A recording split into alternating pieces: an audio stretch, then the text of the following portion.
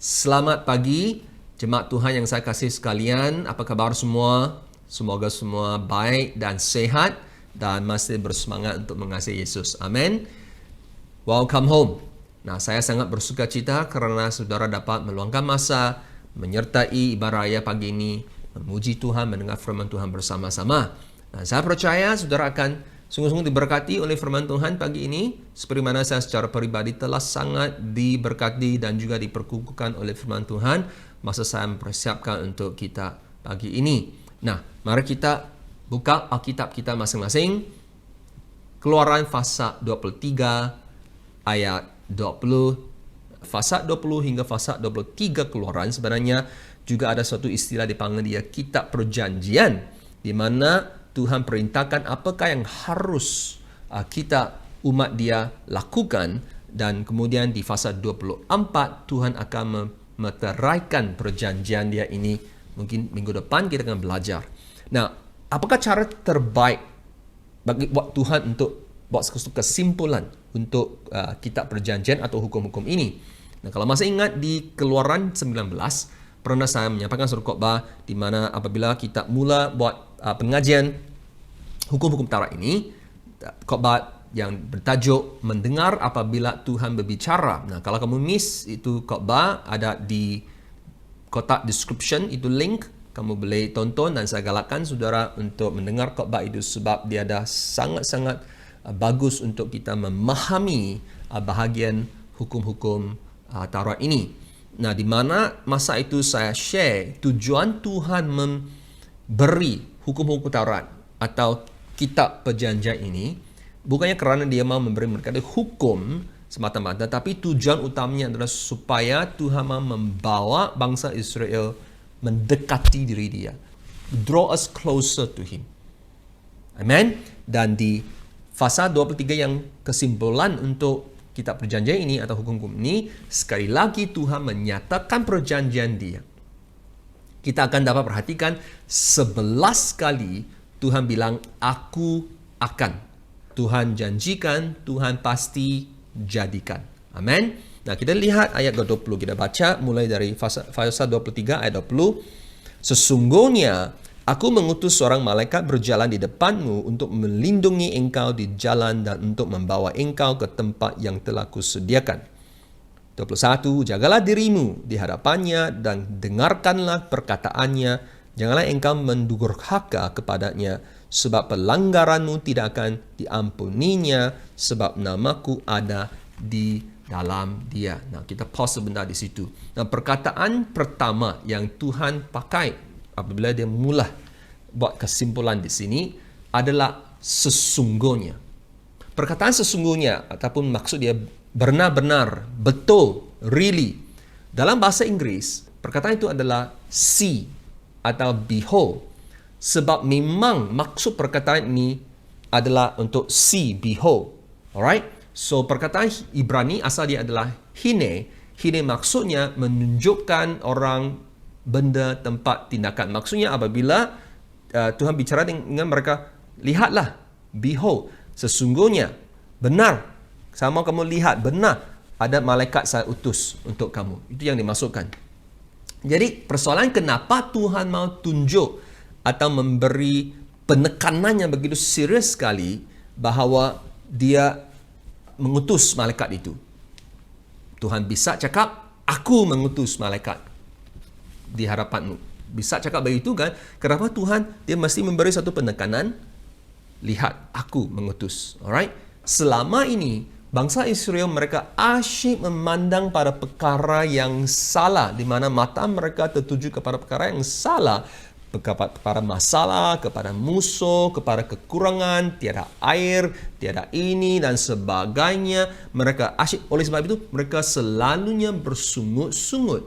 Sama juga dengan murid-murid Yesus, masa mereka di dalam bot, ada ribut, ada ombak datang, dan mereka hanya fokus kepada ribut, fokus kepada ombak, dan fokus kepada bot-bot yang tenggelam itu. Mereka rasa takut, tapi mereka tidak mata tertuju kepada Yesus yang ada dalam bot mereka itu. Sama juga dengan kita sebenarnya. Kadang-kadang mata kita tertuju kepada asyik, kepada bilangan itu COVID case yang meningkat. Mata kita tertuju kepada masalah politik, etc. dan lain-lain. Asyik fokus ini, tapi kita sudah lupa mata kita sepatutnya fokus kepada apa. Sebab itu Tuhan bilang, sesungguhnya sama kamu, mata kamu, see, look at the angel I send before you. Nah, saya bagi kamu satu ilustrasi. Di rumah saya jarang tahu di mana barang-barang disimpan and yang paling dia ketahui. Jadi apabila saya mau mencari sesuatu barang, seringkali saya akan tanya di mana barang itu. Dia akan tunjuk kepada saya, oh itu tidak, rak itu yang kedua. Jadi saya akan pergi rak itu dan saya cari, saya kata, mana itu? Mana? Tidak ada. So selalu dia akan marah, buta akal di situ. Memang di depan mata saya sebenarnya barang itu, tapi saya masih lagi boleh miss. Langsung tidak dapat, memang buta itu. Nah, kenapa boleh terjadi seperti ini, saudaraku? Sebab mata saya sebenarnya jarang memandang ke barang itu. Dan sehinggalah masa saya perlukan barang itu, baru saya mencari dia. Dan juga saya jarang guna barang itu. Sebab itu, jarang saya memberi Tuhan perhatian. Jadi, senang saya lupa. Kan? Sama juga dengan Tuhan dan firman Dia dan janji-janji Dia. Apabila mata kita tidak seringkali tertuju kepada firman Dia, janji-janji Dia, senang kita lupa Tuhan. Senang kita lupa, janganlah takut. Senang kita lupa Dia yang berkuasa. Senang kita lupa Dia yang bekerja di tengah-tengah kita. Senang kita lupa. Jadi apa yang Tuhan mau kita belajar seperti bangsa Israel dan kita hari ini adalah, Tuhan bilang, see, lihatlah janji-janji Tuhan yang telah dinyatakan, dan Dia mau kita claim, tuntut Dia. Dan janji-janji Tuhan adalah ya dan amin. Jadi pagi ini, kalau kamu mau tuntut firman Tuhan, setiap kali saya sampaikan firman Tuhan ini, kalau kamu percaya dan kamu mau terima dia, kamu mesti sebut dan berteriak amin. Termasuk di chat box, mesti amin. Amin. Jadi, saya mau sampaikan kepada kita, tuntut apa yang telah Tuhan janjikan. Claim what God has proclaimed. Tuhan telah janjikan, telah proklamasikan sesuatu, janji-janji Dia yang kita akan belajar nanti. Apa yang kita harus buat? Kita tuntut saja. Kita claim saja, saudaraku. Amin. Yang pertama, hadirat Tuhan akan melindungi kita. God's presence will guard, melindungi, menjaga kita, saudaraku. Nah, kalau perhatikan di ayat 20, adanya malaikat Tuhan utus. Nah, persoalannya siapakah malaikat itu, kan? Nah, scholars semuanya bersetuju bahawa malaikat itu adalah prainkarnasi anak Allah. Bukannya inkarnasi datang menjadi manusia. Ini prainkarnasi anak Allah, yaitu Yesus, Tuhan Yesus sendiri. Nah, ada clue kah? Adakah tanda-tanda? Yes. Misalnya di ayat 22 sebenarnya adanya overlap dia identiti malaikat ini dan juga Tuhan. Kita baca, jika engkau sungguh-sungguh mendengarkan perkataan malaikat ini, maksudnya, dan melakukan segala yang ku firmankan, mendengar perkataan dia, juga maksudnya, firman Tuhan kan, kenapa dia mau double itu?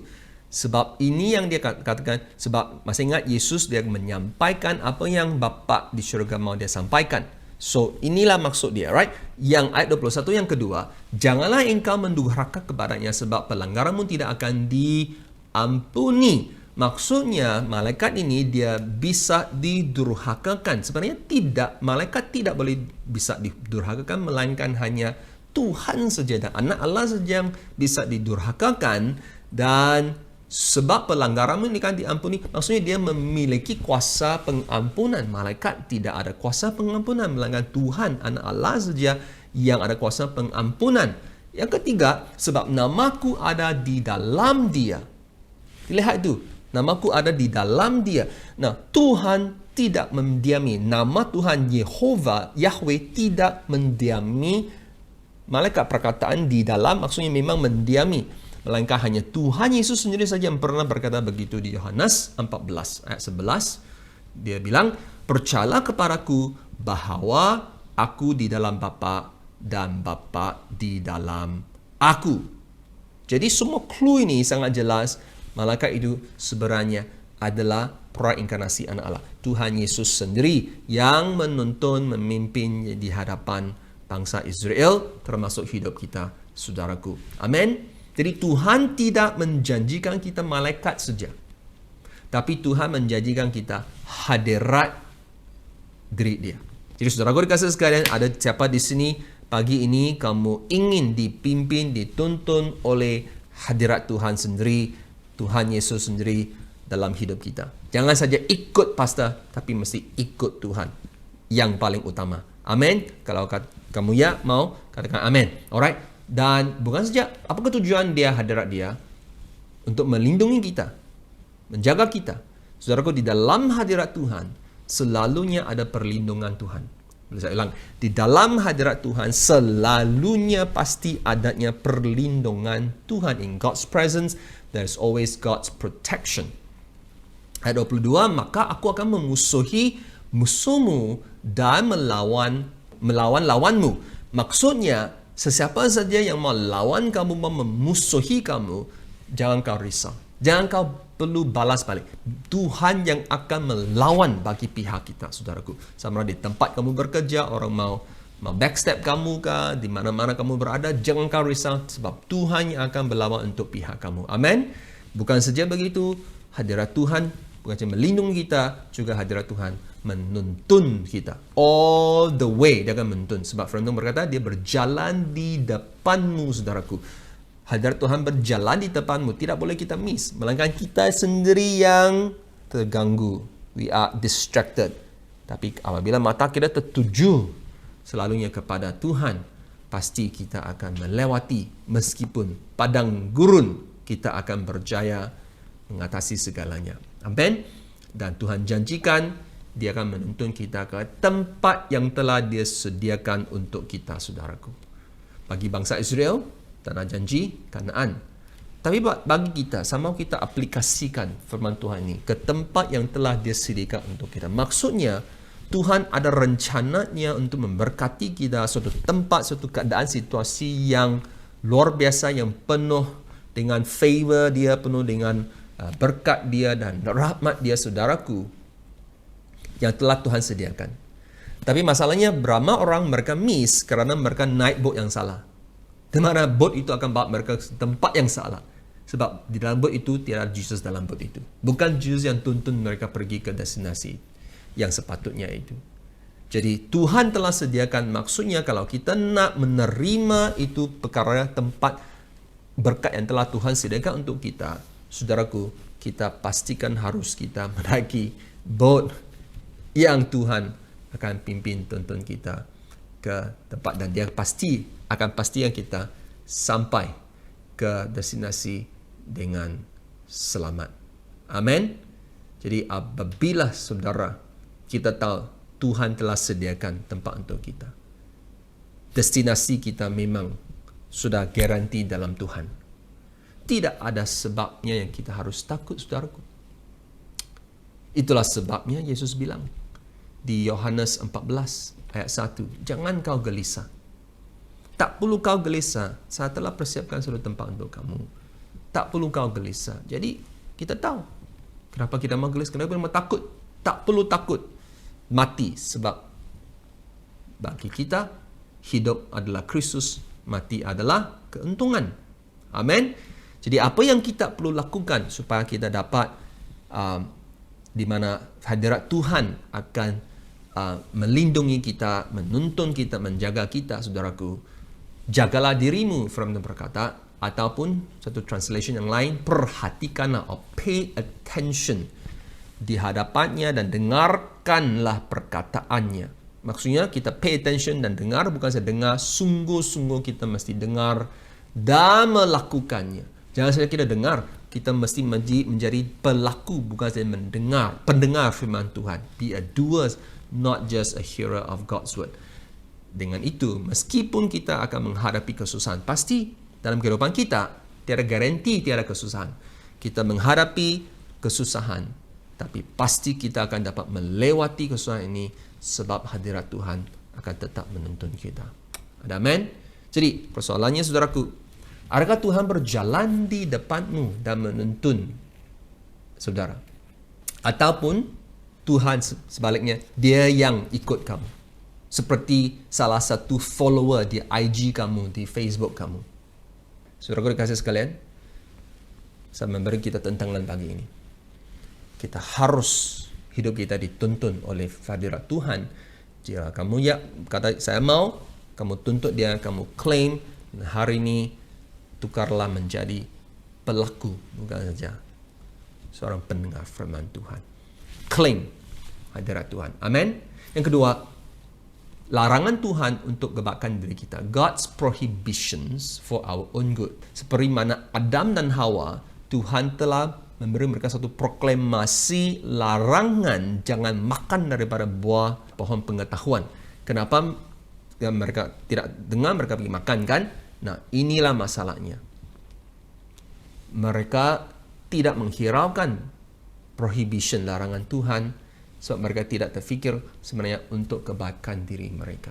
Jadi saudaraku dikasihkan, Tuhan perintahkan ini larangan untuk kita, untuk kebaikan diri kita. Nah, kita baca, sebab malaikatku akan berjalan di depanmu dan membawa engkau kepada orang Amori, orang Het, orang Feris, orang Kanan, orang Hewi, orang Yebus, dan aku akan melenyapkan mereka. Nah, apa yang Tuhan sedang bicara di sini adalah di mana Tuhan memberi mereka janji bahawa malaikat dia itu Tuhan Yesus sendiri akan berjalan di depan mereka dan membawa mereka masuk ke tanah janji dan akan mengalahkan semua musuh mereka, memberi mereka kemenangan. Yang seterusnya yang sangat penting, 24 terus Tuhan bilang, janganlah engkau sujud menyembah kepada Allah mereka itu atau beribadah kepadanya, dan janganlah engkau meniru perbuatan mereka, tapi haruslah engkau memusnahkan sama sekali patung-patung berhala buatan mereka dan tugu-tugu berhala mereka, haruslah kau remukkan sama sekali. Ini perintah yang sangat-sangat keras saudaraku. Jangan. Sebab apa yang Tuhan bilang adalah apabila Tuhan telah memberi kita sukses, kemenangan, jangan kita worship itu. Kita membentuk banyak idol dalam hidup kita. Ini masalahnya saudaraku. Dan seterusnya ayat 32, janganlah mengadakan perjanjian dengan mereka ataupun Allah mereka. Mereka tidak akan tetap diam di negerimu, supaya mereka jangan membuat engkau berdosa kepadaku dengan beribadah kepada Allah mereka, sebab tentulah hal itu menjadi jerat bagimu. Maksudnya, jika kita adanya idols, berhala dalam hidup kita, berhala itu akan menjerat kita. Menjerat kita kenapa? Nanti saya akan tunjuk. Saudaraku dikasih sekalian, hadirat Tuhan dan berhala tidak boleh hidup di tempat yang sama. Sebab itu Tuhan perintah secara khusus, musnahkan sama sekali, remukkan sama sekali, supaya tidak boleh repair, sudah semua remuk. Sebab itu Tuhan memberi hukum pertama, 10 hukum itu. Hukum pertama itu apa itu hukum pertama? Jangan ada padamu Allah lain di hadapanku. Sebab Tuhan tahu ini masalah kita. Bukan saja masalah Israel, masalah kita juga. Kita asyik ada Allah dalam hidup kita, saudaraku. Sebagai contohnya, bangsa Israel di Keluaran 33, ketika Musa masih di atas gunung bersama dengan Tuhan, bangsa Israel di kaki bukit tidak boleh tahan, tak ada, no patience. Mereka minta, Harun, buat kami patung berhala untuk kami sembah. Nah, Harun bilang, okey, bagi saya kamu itu emas semua itu. Dia ambil emas semua itu, ranting dan rantai sebagainya, dan Harun buat untuk mereka itu golden calf, iaitu emas, lembu, itu berhala, itu Baal, dan mereka worship itu Baal sebagai Yahweh. Nah, ini yang paling teruk. Mereka worship itu Baal sebagai Yahweh. Teruk sekali saudaraku. Kenapa mereka minta Harun buat itu patung mereka itu? Kenapa? Nah, saya bagi kamu satu ilustrasi saudaraku. Berapa tahun lalu saya pernah baca perkenaan seorang missionary. Dia pergi ke Bangkok untuk buat mission. Dan satu malam dia berjalan di satu tempat shopping lah, yang jalan seperti Gaya Street di Sabah misalnya, atau Petaling Street kita. dan dia melintasi sebuah kedai tatu.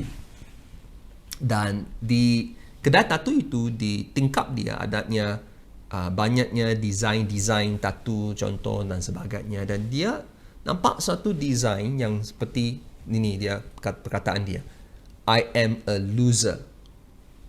Loser, you know loser? I am a loser. Seorang yang pengalah, kalah. Jadi dia heran, kenapa ada orang ke buat tatu seperti ini atas tubuh mereka itu. Jadi dia pun masuk dalam kedai dan dia tanya itu bos lah. Dia minta, bos, mau tanya. Saya nampak, saya heran sikit. Ada orang ke buat tatu yang itu seperti itu, I am a loser. Dan bos bilang, ya ada. Jadi dia pun heran, dia tanya kenapa kau bilang orang mau buat tatu seperti ini. Apa dia bilang seperti itu? Bos kata, before tattoo body, tattoo head. Sebelum itu tattoo atas tubuh, mereka sudah tattoo atas kepala dulu. Kan? Sama juga dengan berhala, saudaraku. Seperti orang Israel, sebelum mereka bina itu emas Baal itu, sudah dalam hati, dalam otak mereka itu, kepala mereka sudah ditatu itu sebenarnya berhala. Sebab itu Tuhan bilang hukum pertama, jangan kamu ada Allah yang lain selain aku. Sebenarnya kita pun ada masalah yang sama, saudaraku. Kita pergi gereja, ya kita buat semua aktiviti gereja, tapi kita mau tambah lagi. Tambah apa? Berhala dalam hidup kita. Kau bilang, pastor, tidak, saya tidak ada. Oh, kita cek tengok. Bagaimana kita tahu kita adanya berhala dalam kehidupan kita? Kita tatu itu berhala dalam hati kita itu. Misalnya, mungkin ada hal yang lain, ada perkara yang lain menjadi lebih penting daripada hari Sabat. Ada yang orang skip Sabat. Apa sebabnya? Itu menjadi berhala kita. Perkara dalam hidup kita jauh lebih penting daripada firman Tuhan. Perkara yang lain jauh lebih penting daripada taat melayani Tuhan, mencari Tuhan. Mungkin perkara itu adalah mau mencari wang, kamu mencari wang, tiada masa mencari Tuhan. Wang sudah mengganti Tuhan. Hobi kamu mungkin, anak-anak kamu mungkin menjadi berhala kita. Kerja kita, studies kita, exam, assignment, tidak ada masa untuk ikut ibadah raya Ahad. Kita suka mendengar khotbah daripada dibandingkan dengan membaca firman Tuhan. Kita asyik tengok YouTube, FB saja, mau dengar khotbah, tapi kalau nak baca buka Bible, kita tidak mau. Jarang. Itu juga berhala kita, saudaraku. Kita panggil dia itu suatu persekutuan doa yang kita ikut. Tapi kita hanya ikut apabila ada pengkhotbah undangan. Di mana itu penganjur dia akan letak itu poster besar-besar, ada pengkhotbah undangan. Kenapa mau pengkhotbah undangan? Siapa yang bicara? Tuhan yang bicara di persekutuan doa. Bukannya manusia yang bicara. Kita gunakan itu pengkhotbah undangan untuk menarik orang dan pergi ke persekutuan. Kita pergi ke persekutuan doa kita karena kita mau mencari Tuhan, bukan mau mencari manusia, saudaraku. Kita yang cipta itu berhala, saudaraku. Kita hanya boleh worship kalau ada lagu-lagu tertentu dari band-band gereja tertentu, baru kita boleh worship. Halo? Banyak lagi contoh, saudaraku. Inilah kelakuan kita. Dan kemudian kita minta Tuhan memberkati kita pula. Dan kita heran, kenapa Tuhan tidak menjawab doa kita? Patutlah. Saudaraku, hadirat Tuhan dan berhala tidak boleh hidup di tempat yang sama. Jika saudara bilang, pastor, saya rasa saya okey, tiada masalah. Nah, pikirkan lagi. Saya bagi contoh yang sangat penting. Raja Salomo sepatutnya adalah orang yang paling bijak di dunia ini.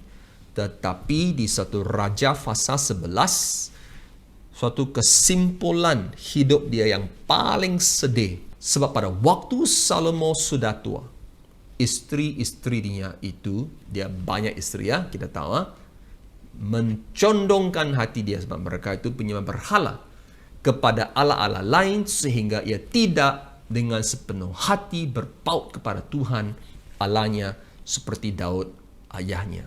Demikianlah Salomo mengikuti Ashtoreth, itu isteri Baal, dewi orang Sidon, dan ikut Milcom, dewa kejijikan sembahan orang Amon. Itu adalah dewa yang mempraktikkan korban kanak-kanak.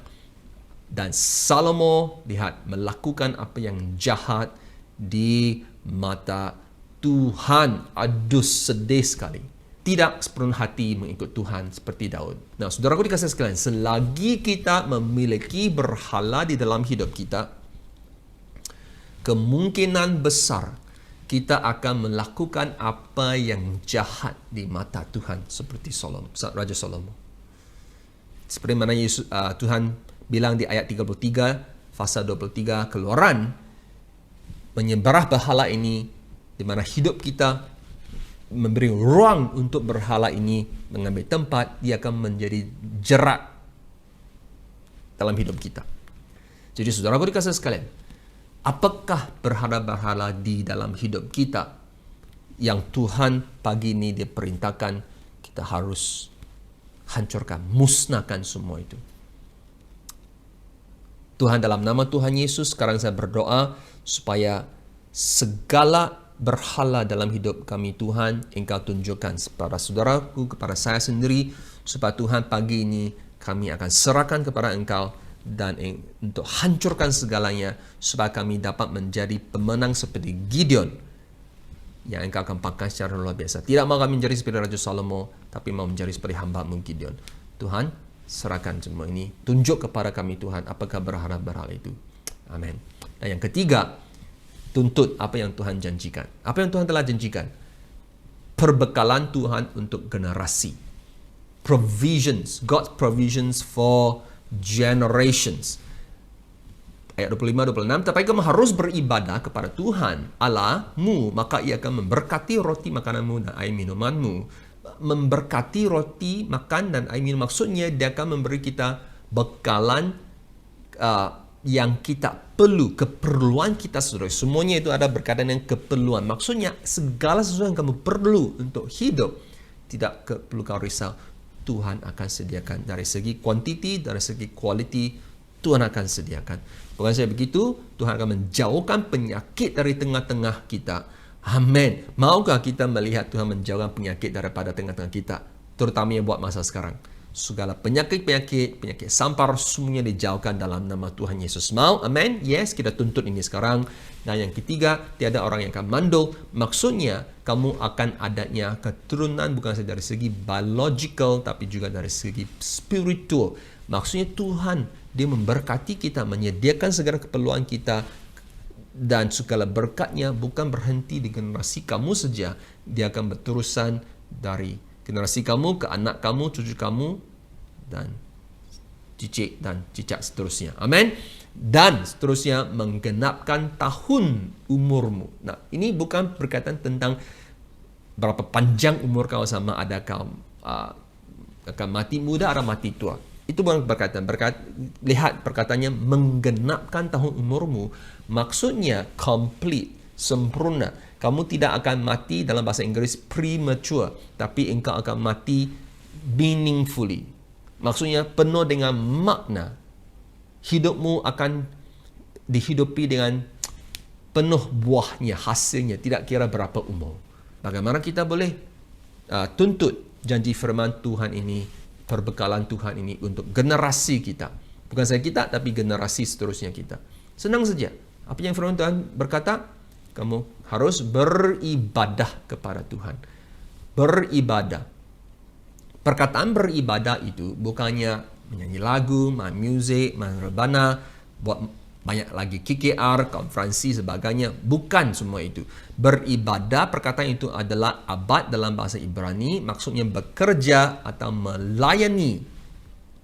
Dan perkataan ini melibatkan pelayanan, betul, kita melayani Tuhan.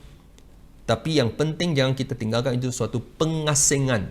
Maksudnya separation, kita mengasihkan masa kita, talenta kita, kewangan kita untuk melayani Tuhan, saudaraku, dan juga pengorbanan. Maksudnya, adakah kos yang kamu bayar? Maksudnya kalau kamu kata, saya melayani Tuhan dengan sisa-sisa masa yang tinggal, ataupun dengan sisa-sisa wang yang saya tidak perlu, saya kasih Tuhan. No, apabila kita memberi kepada Tuhan sama masa atau kewangan kita, atau talenta kita, dia mesti ada kosnya. Barulah ada maksudnya itu abad. Abad. Kenapa ini sangat penting, saudaraku? Sebab inilah kriteria dia untuk kita tuntut provision, perbekalan Tuhan untuk generasi. Kita harus terlebih dahulu mengerti kita abad kepada Tuhan.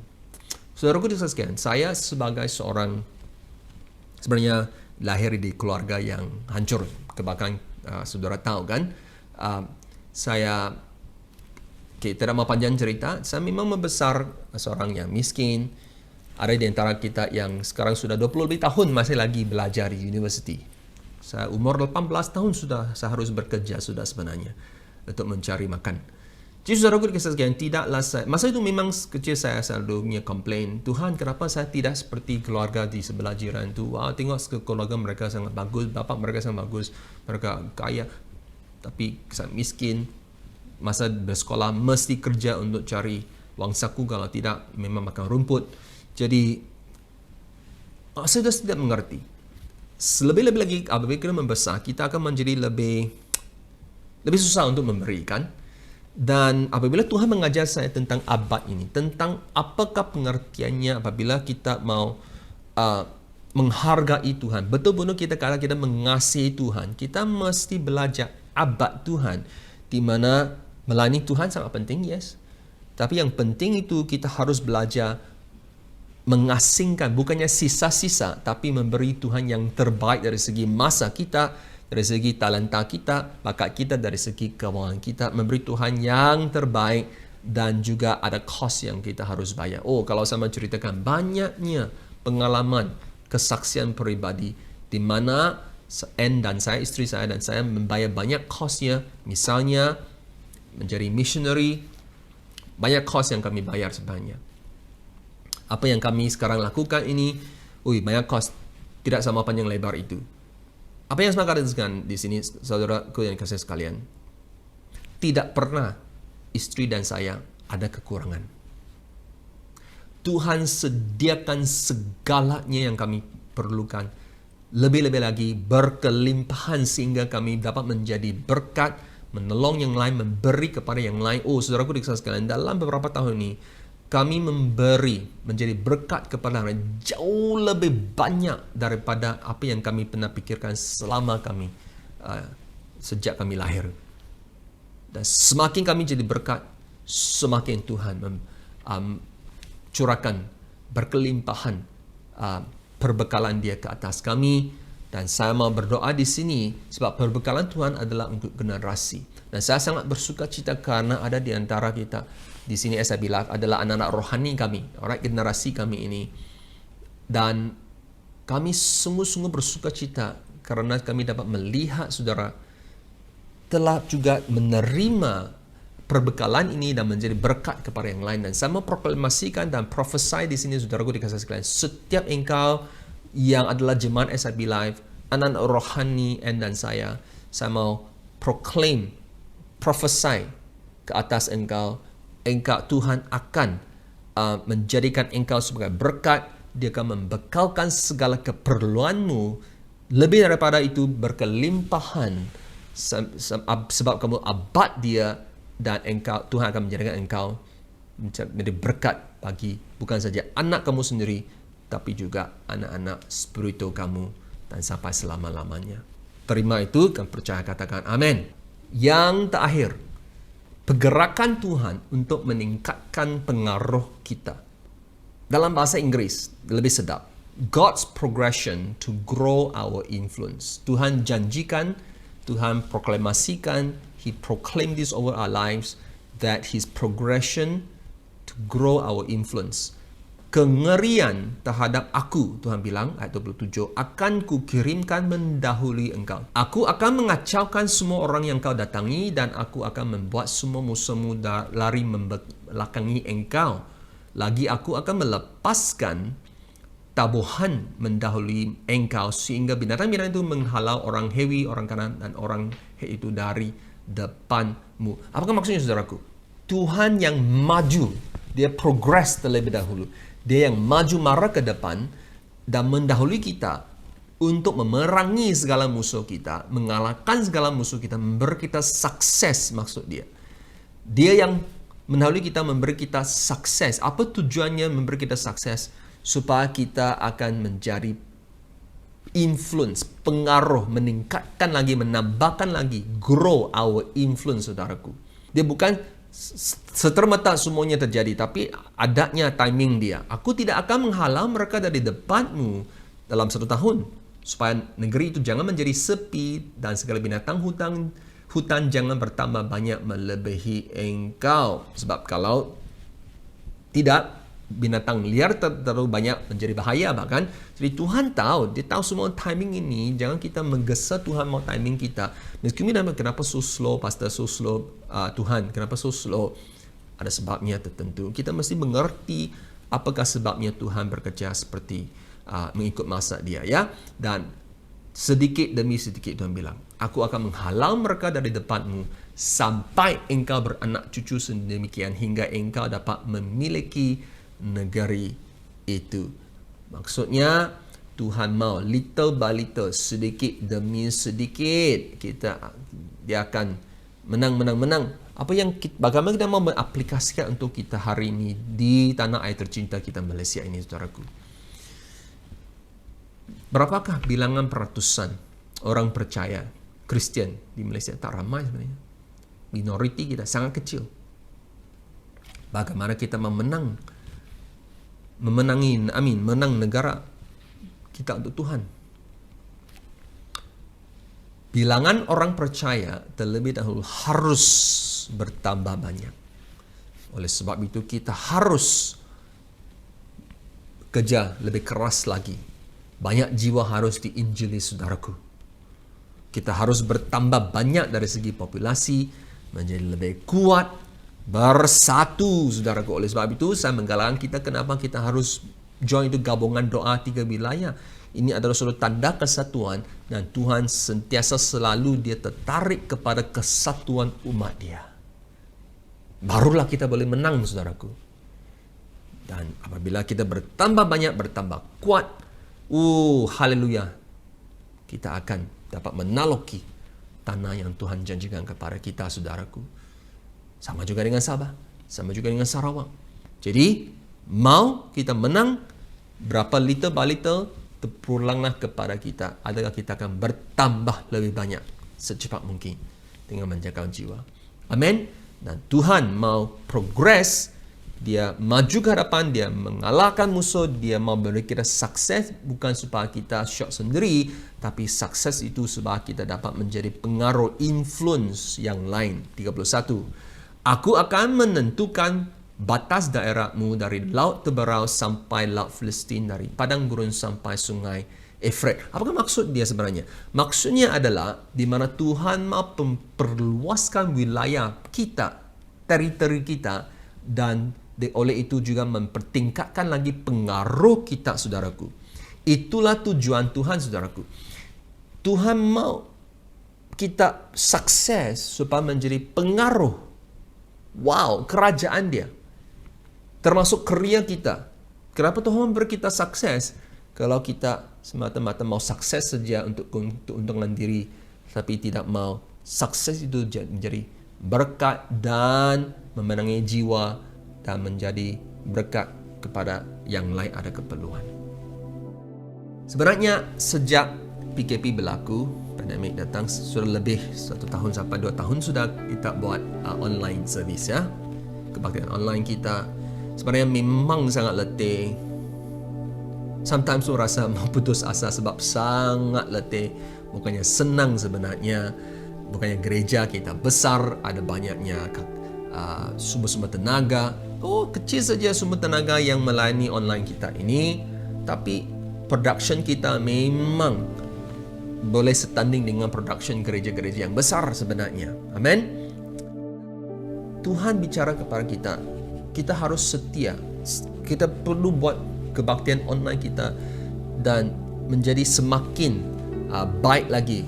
Kenapa? Sebab Tuhan pakai kebaktian online kita untuk menjangkau jiwa-jiwa saudaraku di luar kawasan kita. Termasuk kita ada Sabah, Sarawak juga ada join online kebaktian kita. Dari pekan-pekan yang kecil, mereka tidak ada kebaktian online, mereka dapat cari kebaktian online kita, join dan mereka diberkati, hidup mereka berubah dan mereka ada join kelompok sel kita saudaraku. Itu maksudnya mereka sudah belong. Kita ada kelompok sel, ada yang ahli-ahli kelompok sel yang jauh luar daripada Lembah Kelang kita saudaraku. Dan baru-baru ini luar biasa, kita sudah start satu kelompok sel di Singapura, tapi online, dipimpin oleh Pastor Nisa. Sebab kita adanya jemaat sekarang, jemaat tetap yang memang dari Sabah, dan juga kita harap Sarawak juga ramai sebenarnya orang dari Sabah Sarawak bekerja di Singapura, tapi mereka tidak bergereja.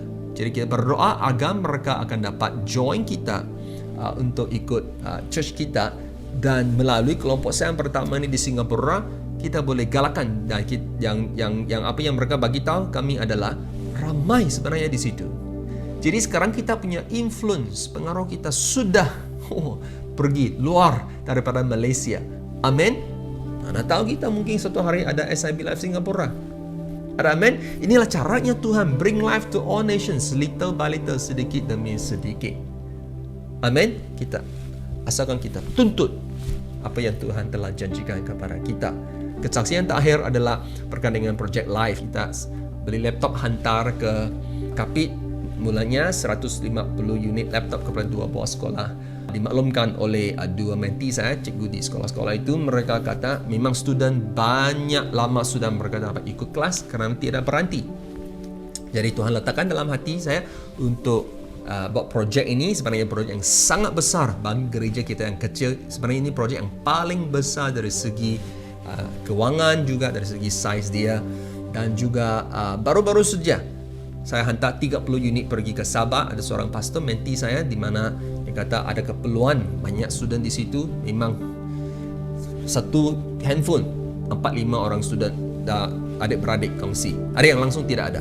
Jadi sudah 180 laptop kami sudah hantar untuk tolong student-student ikut kelas. Skor rendah, mungkin kita bilang skor rendah tak perlu. No, kalau skor rendah mereka tidak dapat ikut kelas, macam mana mereka mau masuk ke sekolah menengah? Nanti mereka akan tercicir nanti. Kita harus menolong anak-anak kita, next generation kita, kalau kita nak melihat Sabah Sarawak berjaya. Ada amin. Nah, jadi saya mau update kita. Sebenarnya kalau kita kira semua career service semua tu yang kita hantar semua itu angkanya adalah RM430 per student. Alright, kamu kira lah berapa itu. Nah, saya mau tunjukkan sedikit gambar sebenarnya. Nah, gambar yang pertama ini adalah masa di Kapit, adanya distribution di mana cikgu-cikgu mereka kumpul dan mereka agihkan supaya mereka boleh hantar, dan juga ada student datang untuk collect itu laptop.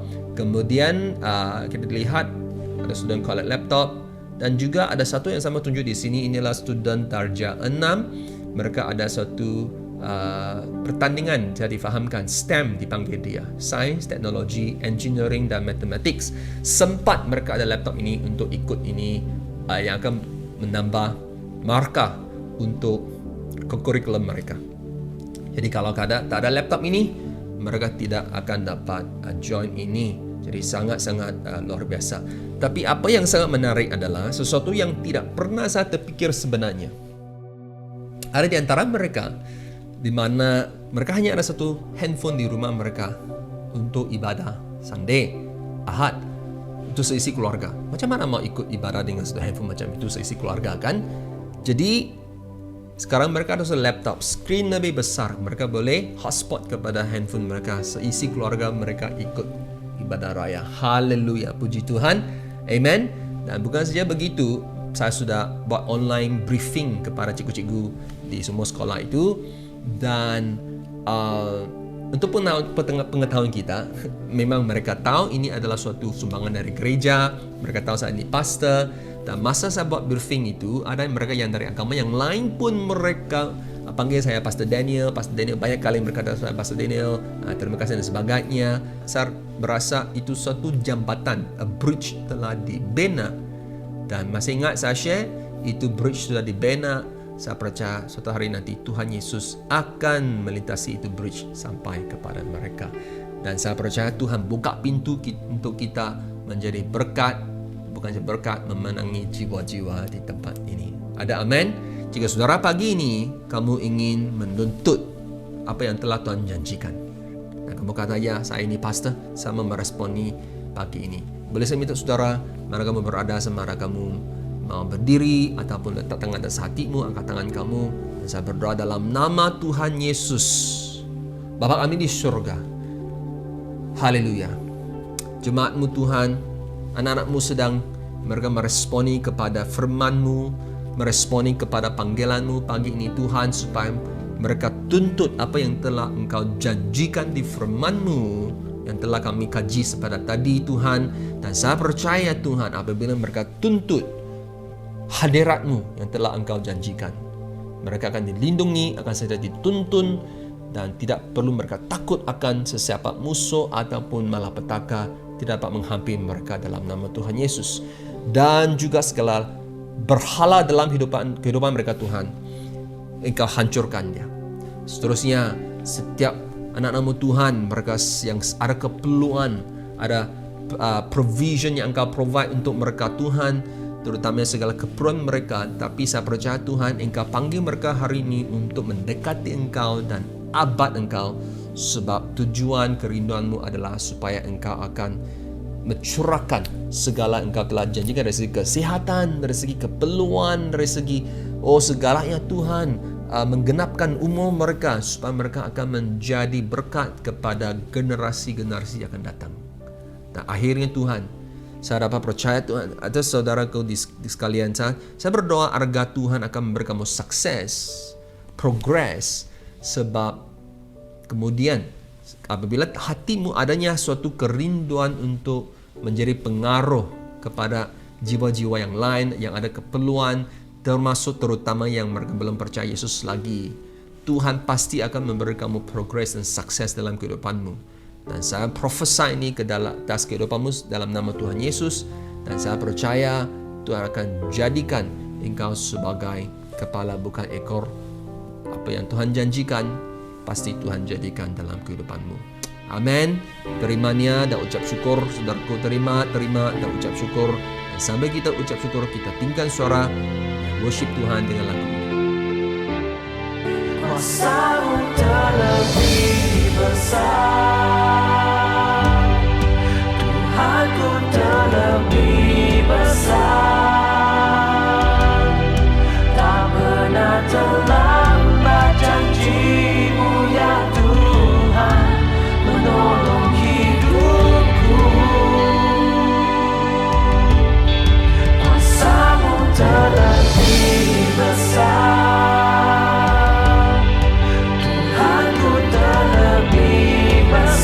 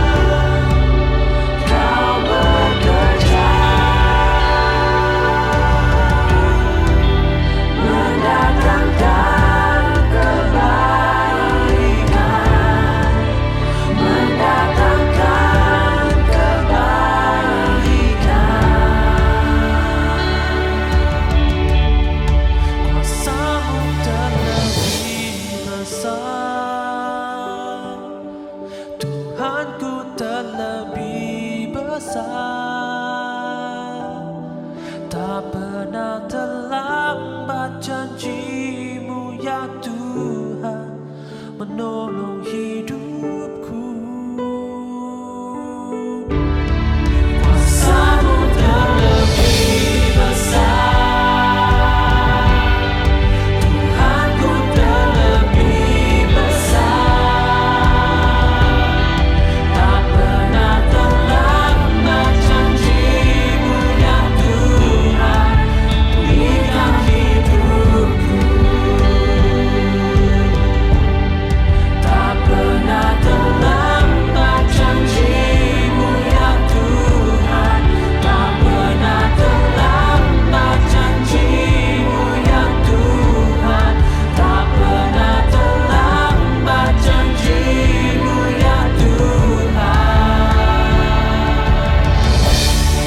Pulihkan hidupku.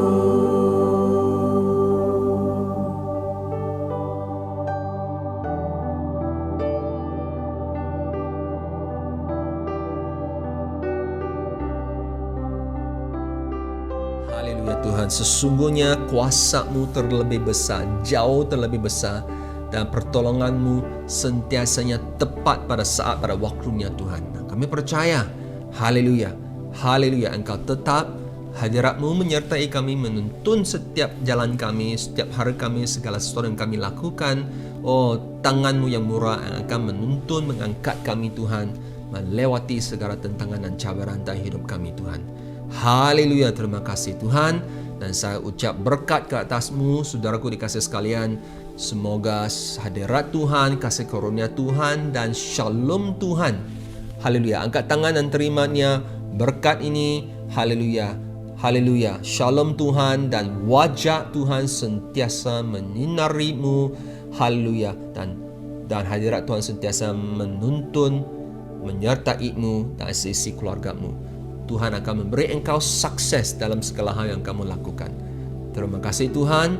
Kami ucap syukur ini, kamu terima dia. Dalam nama Tuhan Yesus Kristus yang percaya katakan, amin.